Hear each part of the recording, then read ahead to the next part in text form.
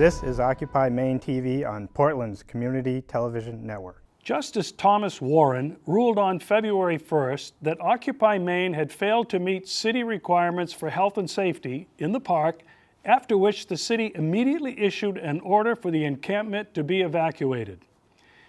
In the minds of many who have complained about the so-called homeless vagrants and the eyesore they created, they will claim victory. But for them and for those who have anonymously attacked us as unpatriotic, lazy, unemployed bums, they are in for a big surprise. The 99% are mostly employed, tax-paying, civic-minded, honest people who have woken up to the truth. The American dream no longer exists. The Constitution has been trampled upon and our founding fathers betrayed.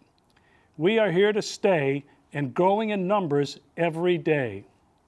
Those who still claim to not understand or know what the movement is about, well, they are simply disingenuous or hopelessly in denial about what is now a global protest against corporate greed, crimes committed by financial systems, and governments that do not represent the people. Here in the United States, tens of thousands of people from Maine to California, from Florida to Wisconsin, and in 2,000 cities and towns in between are peacefully protesting against corporate greed, the financial crimes of Wall Street, and a Congress that no longer represents the people.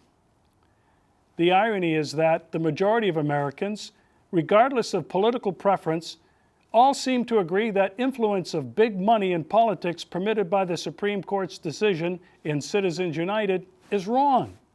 Right here in Maine, our two U.S. senators each have received more than $5 million in campaign contributions.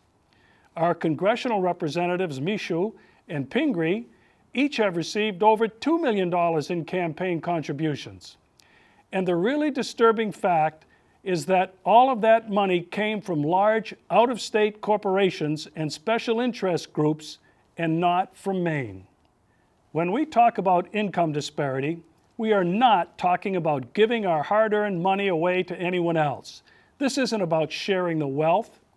The fact is, over the past 40 years, the wealthiest 1% of Americans have seen their income grow by 360%, while income for the 99% has remained flat. The red line represents the average income of the top 1%, and the blue line, the average wage of the 99%. The green line represents productivity. American workers are working harder, longer, and are not sharing in the wealth that is being created. In 2007, the richest 10% controlled 2/3 of Americans' net worth. The bottom 90% controlled only 26.9%. And here's what the actual distribution of wealth looked like.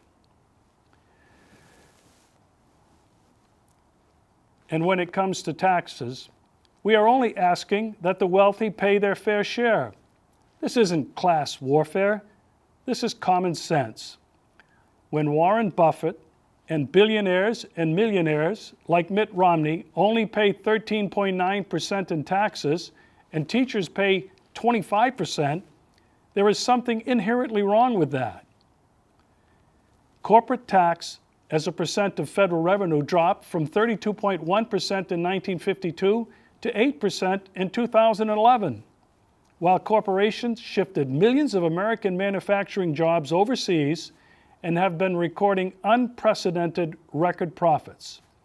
Since 2000, more than 4 million American jobs have been lost and shipped offshore to Japan, China, and other third world countries where labor is cheap and where children work in sweatshops producing the goods we buy from Walmart, Apple, and Microsoft. And don't forget, the Bush tax cuts and the 2 wars he waged without paying for them will account for nearly half of the public debt by the year 2019. The yellow represents the tax cuts, the red represents the wars in Iraq and Afghanistan, and the blue represents the economic downturn. Those are the facts. The Occupy movement is a massive worldwide protest against greed, political corruption, and the crimes of Wall Street and our financial systems. The movement is about reclaiming our country, our democracy, and our rights that are guaranteed by the Constitution. America has been asleep for decades when our rights were being stolen and our jobs sent overseas. The Occupy movement is saying we've had enough. We've got to wake up. We've got to do something. The encampment is over, but the movement has succeeded in occupying the national conversation. The movement has now occupied the collective consciousness of the entire world. We not only demand change, but we demand that democracy be returned to the people. We are, after all, a government of the people, for the people, and by the people.